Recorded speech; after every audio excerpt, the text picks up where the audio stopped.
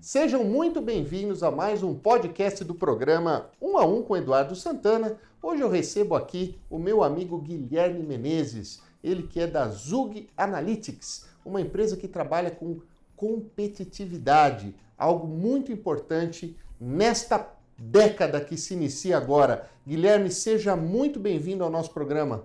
Obrigado, Eduardo. É um prazer estar aqui outra vez.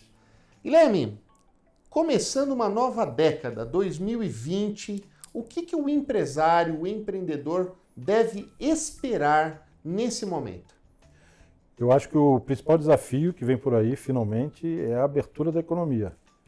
Depois de muitos anos fechada, a economia brasileira está se abrindo. A gente está acompanhando esses movimentos. Já tivemos a reforma da Previdência aprovada, outras reformas virão, com certeza, mas o grande desafio para os empresários vai ser a abertura da economia.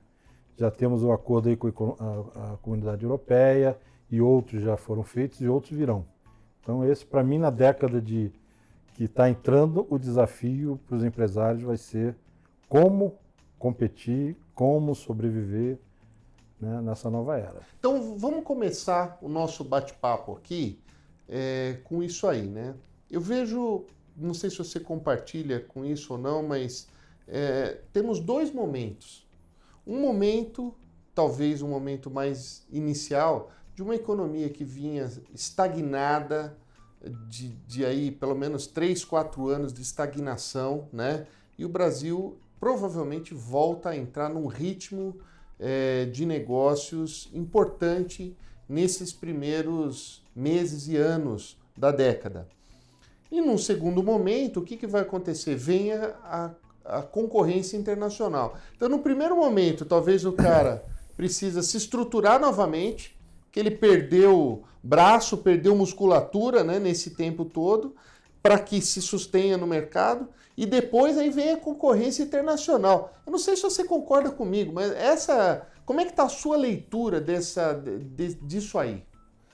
Eu acho que a gente tem que andar até um pouco para trás e ir lá para a década de 1940, quando o Brasil começou a se industrializar e optou por uma política de substituição de importações.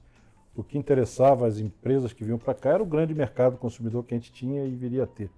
Então a nossa economia, né, ela foi se desenvolvendo em setores específicos, com os grandes campeões de mercado, as empresas escolhidas, os setores escolhidos, e a base de muito subsídio. Então não é só voltar até 2014, quando começou, né, essa recessão toda. A gente tem que ir antes para entender que o Brasil sempre foi uma economia muito fechada, talvez a mais fechada do mundo, uma das mais fechadas do mundo. E que agora, com essa mudança de rumo, a gente finalmente a gente está começando a abrir. Por quê? Porque todo o dinheiro, todo o investimento em subsídios que teve que ser feito para, né, alimentar essa economia que não concorria, que não tinham concorrentes. A gente tem 3 bancos, 3 empresas aéreas. É um negócio incrível quando você compara com outros países, né? Todo o dinheiro que foi gasto com subsídios, né, ele acabou na crise de 2014 e 2016, que levou o nosso PIB a menos 3%. Então não tinha mais como insistir, né, em manter a economia fechada. E o novo governo que está fazendo é abrir a economia.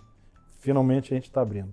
Talvez seja a primeira chance que o Brasil tem de se tornar uma economia capitalista, onde se pratica a economia de mercado e as regras da livre concorrência. Agora, como a nossa indústria, as nossas empresas não foram educadas a competir, né, no mundo da livre concorrência, elas vão sofrer bastante. A gente viu um pouco disso em 1989, na época do Collor, e várias empresas quebraram realmente. Essa é a segunda tentativa, eu acho, de abertura.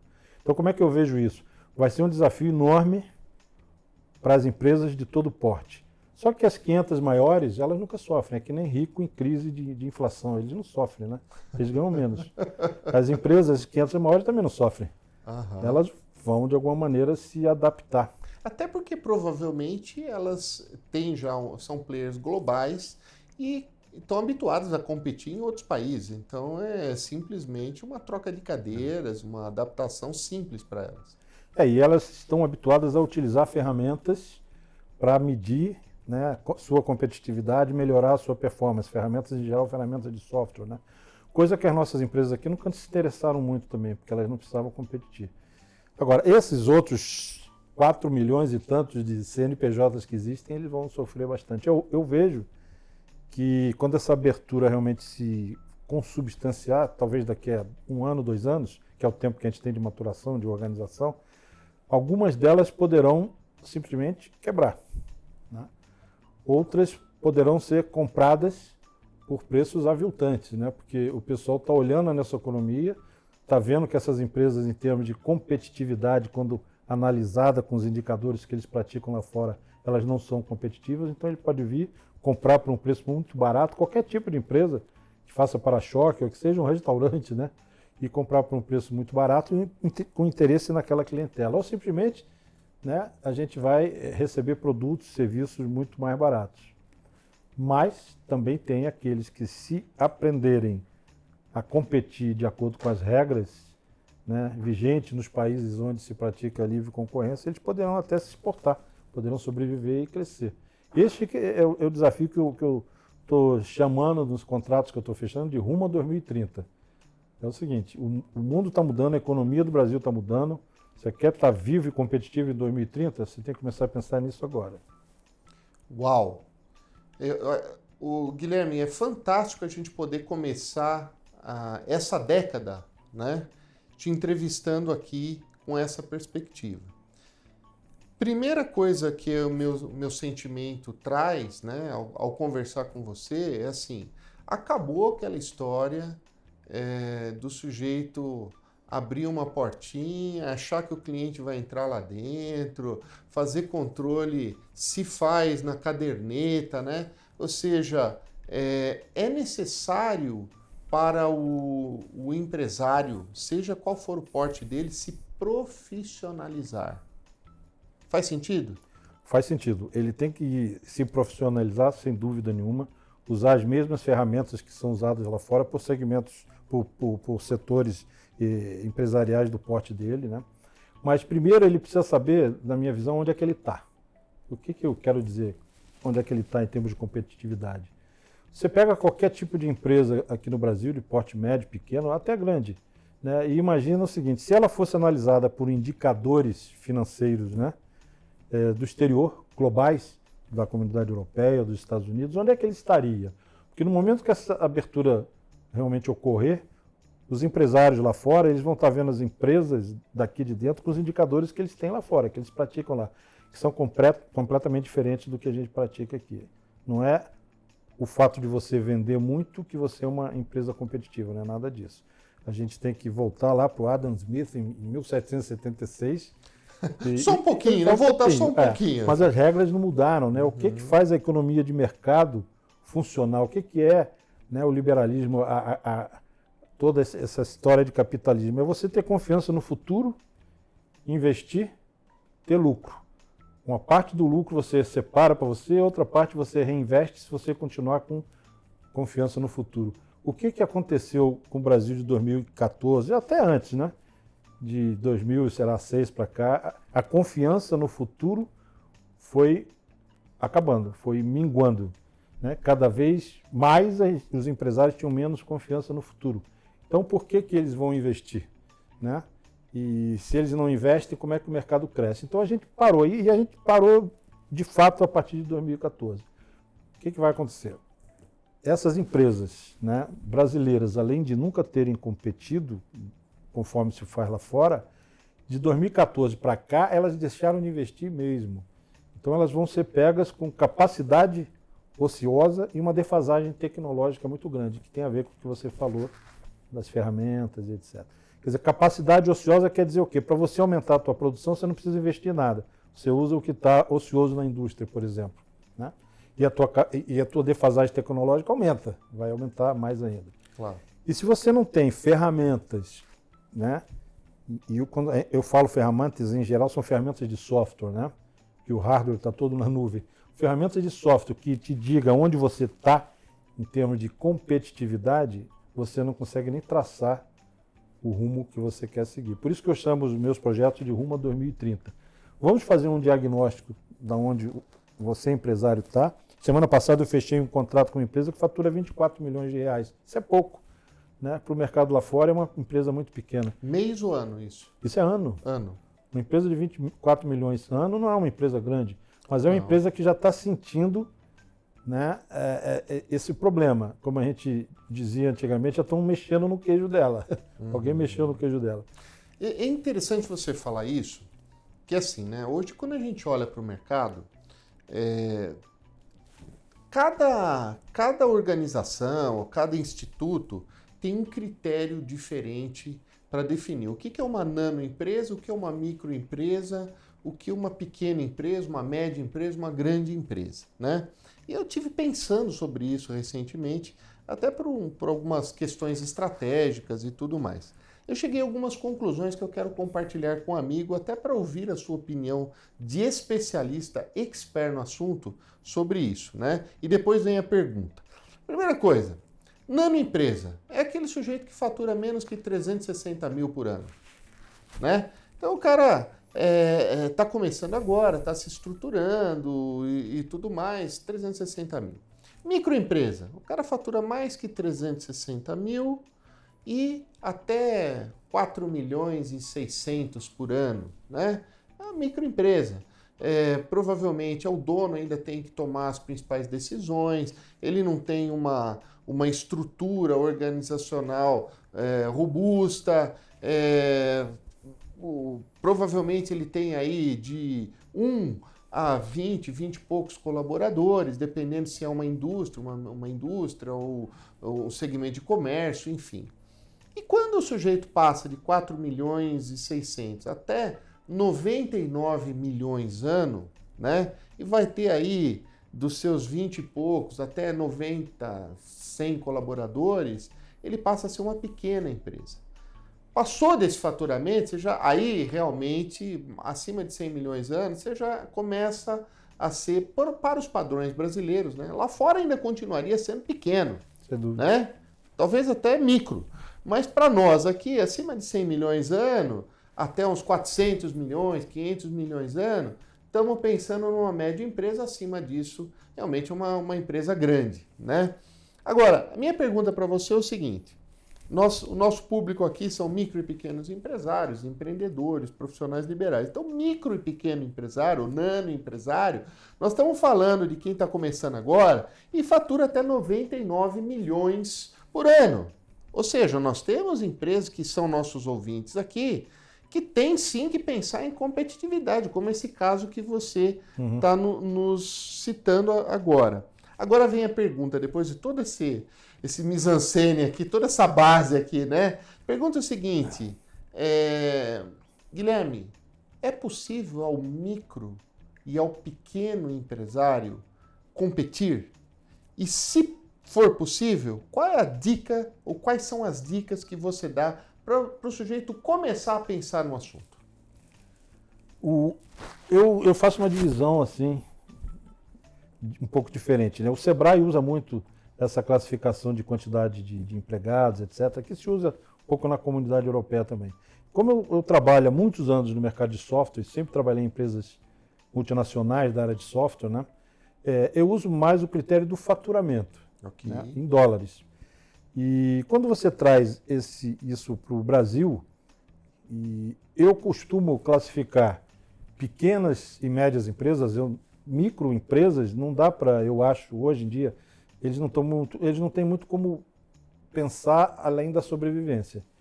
Então, planilhas Excel, coisas desse tipo, são suficientes para ele tocar a empresa dele. Mas pelo menos que faça, né? Porque tem muita gente, Guilherme, esse é o ponto, né? E é importante você aqui nesse veículo, com a nossa audiência e tudo mais, estimular o pessoal. Você não tem dinheiro para comprar um software? Pô, faz a bendita da planilhinha, segue, tenha um critério básico. Amanhã, depois, quando você crescer, você vai poder ter seu software, né? Faz sentido isso para você? Total, porque eu, como trabalhei com muitas empresas grandes, as empresas têm controller, né? As micro e pequenas empresas não têm controle, eles têm o contador. O contador é o controller dessas empresas. E a maior parte dos escritórios hoje de contabilidade já dispõe de softwares, né? Perfeito. Na modalidade que a gente chama de BPO, que é o Business Process Outsourcing. Quer dizer, o cliente compra, né, a prestação de serviço para automatizar o seu negócio. Então ele pode chegar no contador dele e, por exemplo, terceirizar o contas a pagar, o contas a receber, a gestão das pessoas. Ele pode entrar no mundo de gestão, né, automática, automatizada, sem precisar investir. Ele paga, né, para o seu contador fazer isso por ele. Isso já existe. Como existem as grandes empresas de outsourcing que fazem isso para as outras grandes empresas também, né? Então, o micro, na minha sugestão, seria o seguinte: os microempresários, até uma fatia mais baixa de pequenos empresários, eu vou dizer o que é isso para mim, eles deveriam, né, procurar escritórios de contabilidade que prestam esses serviços de automação de processos de negócio. Em vez de ele investir, ter pessoas que façam isso dentro da empresa, ele contrata esse serviço. A minha classificação de pequenas e médias empresas, ela vai de mais ou menos 12 milhões de faturamento ano até 1 bilhão. Por que isso? Porque o limitador que a gente tem é a capacidade dos softwares. Quando você vai automatizar alguma empresa, alguns processos, os softwares têm a sua capacidade também limitada. Só para o meu entendimento, R$1 bilhão ou de reais, dólares? R$1 bilhão ano. R$1 bilhão. Então, pequenas e médias... 250 milhões de dólares. É uma empresa média, né? Uma empresa média no início da empresa média. Então, como eu falei, esse contrato que a gente assinou de 24 milhões é uma empresa pequena, mas que já está preocupada. Daria para ele trabalhar, por exemplo, contratando dos contadores esse tipo de serviço? Daria. Mas essa empresa, né, querendo chegar em 2030 grande, fortalecida para não quebrar, nem ser comprada por preços, né, aviltantes, ela tem que se preparar. Então, a minha divisão vai de 12 milhões de reais até 1 bilhão de reais. Você, quando é menor do que isso, eu sugiro que se, né, procure escritórios de contabilidade que façam esse serviço. Terceiriza, né? Terceirizado. Hoje você terceiriza contas a receber, contas a pagar. RH, foca no core business. Foca no core business e deixa o resto, né, o feijão com arroz, que é tocar o seu dia a dia, em alguma empresa que faça isso para você, ou invista para ter isso internamente. Mas, de qualquer maneira, você precisa saber onde você está em termos de competitividade. Voltando ao início da nossa conversa. Nós, na Zug, a gente faz um diagnóstico, né? Se essa empresa ou outra... Bom, ok, o que eu tenho que fazer em termos de plano de ação para me tornar competitivo e chegar vivo em 2030? Né? Ou pelo menos quando começar essa abertura, eu não ser atropelado aqui nem quebrar. Ok, você precisa saber em termos qual é o seu status de competitividade. E o status se reflete na performance financeira. Agora, no Brasil, a gente não tem indicadores globais, são os indicadores locais de um país fechado. Então, o que eu fiz? Eu fui atrás de indicadores, escolhi um dos maiores investidores do mundo, peguei os 9 indicadores que ele utiliza para selecionar os seus investimentos, que começa com a margem bruta e sempre foca no retorno sobre o patrimônio líquido, que é o retorno sobre investimento, que é o que a gente falou no começo da conversa. Uau! Eu quero aproveitar a sua presença aqui, a sua experiência, sabedoria de muitos anos em grandes corporações, em grandes empresas, tudo que você adquiriu ao longo da vida, para fazer uma outra análise contigo aqui. Iniciamos essa década aqui com alguns paradigmas sendo quebrados, ou pelo menos alterados na cabeça do brasileiro, né? Primeira coisa, a questão dos investimentos, né? Até então, muita gente aplicava seus recursos em CDI, Sim. aplicava... E agora, com a Selic, para a tendência dela, para onde está indo, né? Já na prática, isso ficou um retorno muito pouco atrativo. Por outro lado, então, hoje começa a se olhar, o brasileiro começa a realmente pensar em investir em bolsa de valores, né? Que é botar capital na produção, que é algo interessante. Olha que bonito, que gostoso a gente poder falar sobre esses temas aqui, né? Como é que você vê esse momento como é que você vê também hoje a Bolsa Brasileira, as oportunidades que tem de um modo geral, né? Eu sei que isso aí, mas temos empresas dentro da Bolsa Brasileira, AAA, que me parece que estão com ativos baratos, né? Quando a gente olha para o ambiente internacional. E por um outro lado também esse risco que você está levantando aqui e que pode ser altamente relevante para você, investidor que está aplicando em bolsa, será que esse pessoal está preocupado com competitividade? Porque pode ser que tenha algumas empresas que estão lá listadas, com capital aberto, etc. e tal, que não estão olhando isso aqui que o Guilherme Menezes está levantando e que não chega a 2030. Queria a sua análise sobre esse cenário, meu amigo. Só coisa fácil, viu? Coisa difícil a gente pergunta para outros pessoas. Coisa fácil é para você mesmo. Eduardo, eu vou responder a sua pergunta, mas talvez eu crie alguma polêmica, né? Mas... É para isso mesmo que a gente está aqui. Pode polemizar. Como eu te falei, o Brasil é um país fechado, né? Um país fechado com bolsa de valores, faz sentido isso, né? Legal, faz. Mas a primeira coisa que a gente pode ver é que nas bolsas de valores tem muitas empresas estatais. Você comprar ação de empresa estatal é um negócio para mim não faz muito sentido também. Mas quando eu comecei a fazer esse estudo de trazer das empresas grandes para as pequenas e médias brasileiras toda a tecnologia, as metodologias, né, que estão disponíveis para as 500 maiores, para as grandes empresas, eu escolhi uma empresa que era campeã de vendas em 2017 num determinado setor de mercado e disse, eu vou analisar essa empresa com os indicadores, né, americanos, como se fosse um investidor americano olhando. Eu peguei a melhor empresa em vendas, que é o ranking que a gente está acostumado, 30 e tantos bilhões em vendas, e comecei a fazer o que a gente chama de uma análise fundamentalista. E aí é importante a gente separar uma análise fundamentalista, que os investidores, como Warren Buffett e outros fazem, que é ir nos fundamentos da empresa. Daquela que você fica só acompanhando se as ações estão subindo ou descendo.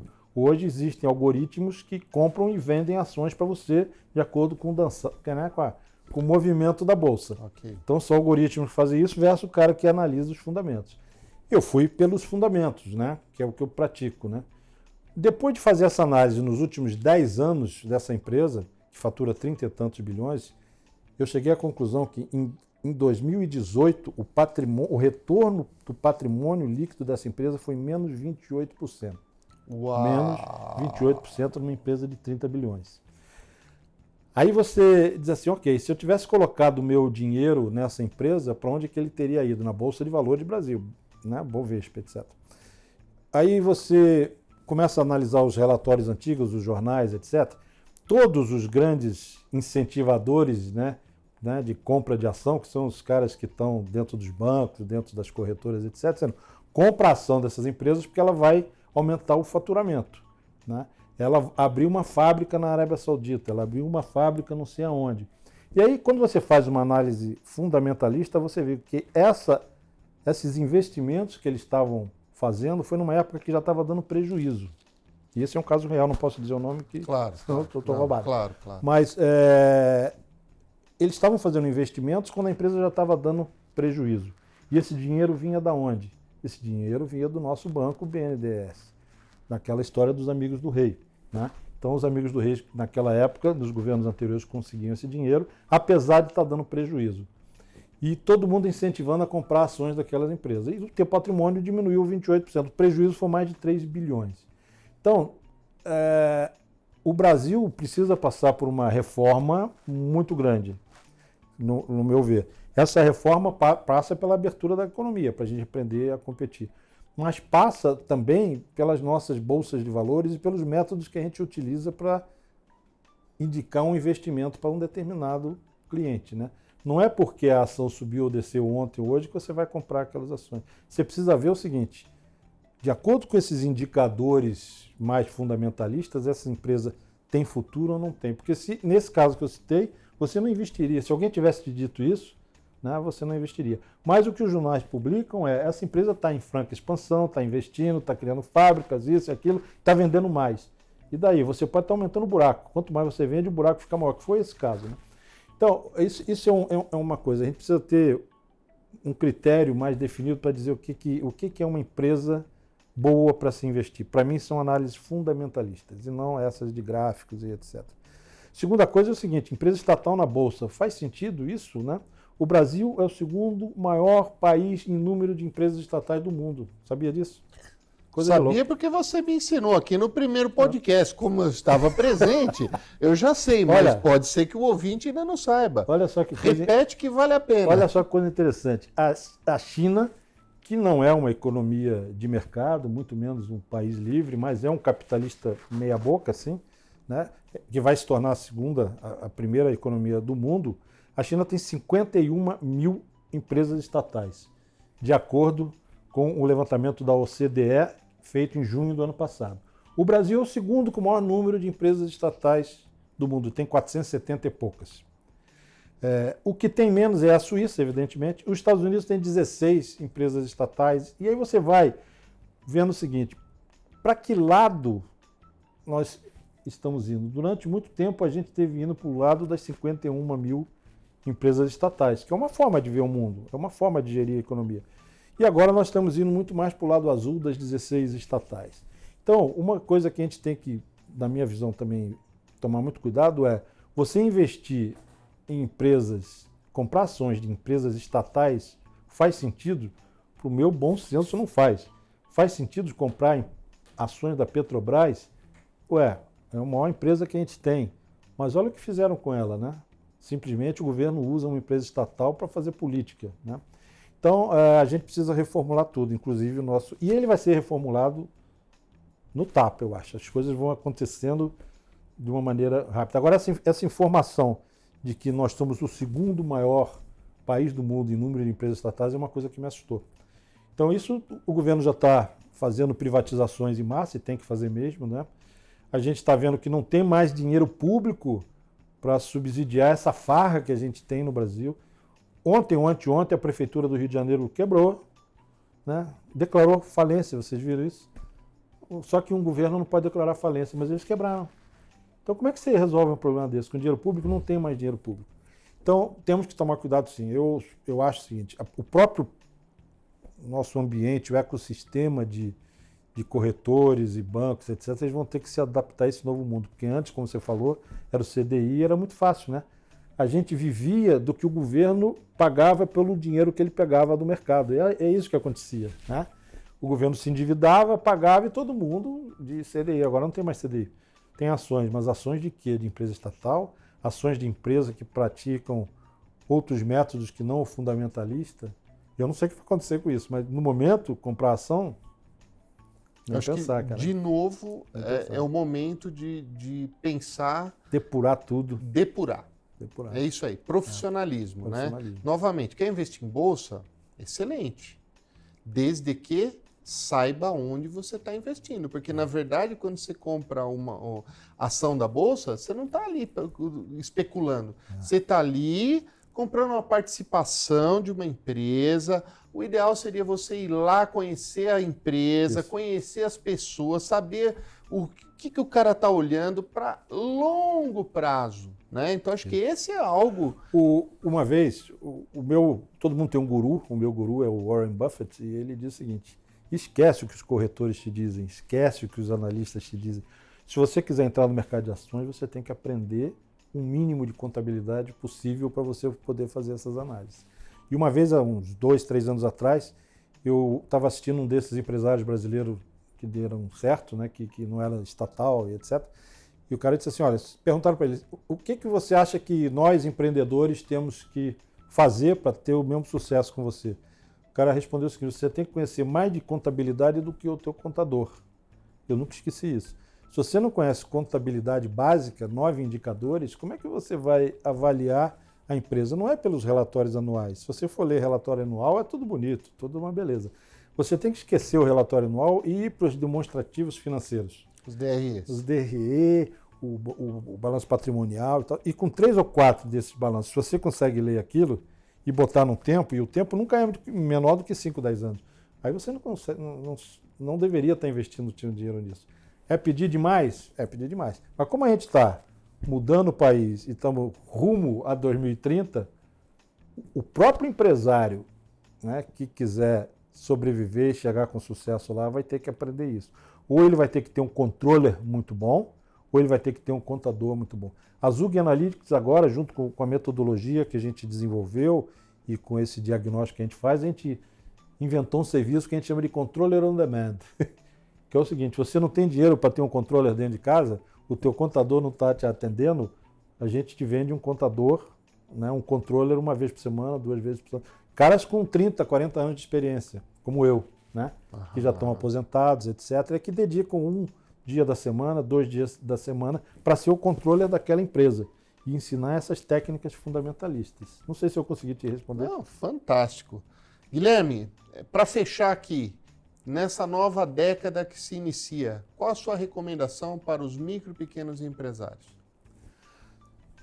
Acordem, tentem descobrir onde é que vocês estão em termos de competitividade, se você conseguir montar um mapa dentro do teu setor, onde é que você está, né? E gerem lucro operacional. Você sabe que tem muito microempresário que não sabe o que é lucro operacional, né? Lucro é lucro. E a contabilidade brasileira induz a gente a muito erro também. Lucro operacional é o que você gera com as suas operações. Não é dinheiro de aluguel que veio do imóvel que você está alugando, não é da tua poupança. Lucro operacional vem das operações. Então eu diria o seguinte, vocês precisam entender o que é gerar lucro operacional, né? Focar no teu negócio, gerar lucro operacional. Parte desse lucro operacional você distribui como dividendo, vai para o seu bolso. Mas outra parte tem que reinvestir, é o velho Adam Smith, 1776. Se você não reinveste parte daquele lucro que você está gerando, você vai para onde? Você vai sonegar imposto para distribuir dividendo? Teve uma empresa estatal há uns 2 anos atrás que fez isso, né? Ela distribuía participação no lucro, nos lucros. Aí alguém questionou, não sei se foi a Procuradoria-Geral da República, como é que você distribui o lucro se está dando prejuízo? É uma coisa complicada. Então, o velho Adam Smith, eu recomendaria o seguinte, gerar lucro operacional. Aprenda como se faz isso. Se você não sabe, ache um controller, ache um contador bom que consiga te ensinar o que é isso. Muito obrigado, Guilherme Menezes, da Zug Analytics, aqui pela sua participação no nosso programa. Obrigado aí pela oportunidade outra vez, Eduardo. Estaremos sempre atentos aqui aos teus convites. É isso aí, pessoal. Espero que você esteja inspirado com essas palavras de atenção, né, para essa década que se inicia. E eu acredito piamente nisso. Precisamos nos profissionalizar. E eu quero agradecer muito a você que nos acompanhou até aqui. Espero que você tenha uma década fantástica. Mas aí, como o Guilherme disse, foca no seu negócio, aprende, vai estudar contabilidade, vai entender o que está acontecendo, obtenha seu lucro operacional, que sim, quem empreende, quem está crescendo, nós estamos aqui para realmente fazer um novo Brasil, um novo tempo, e você é parte disso. Muito obrigado por nos acompanhar até agora e até o nosso próximo podcast do 1 a 1 com Eduardo Santana.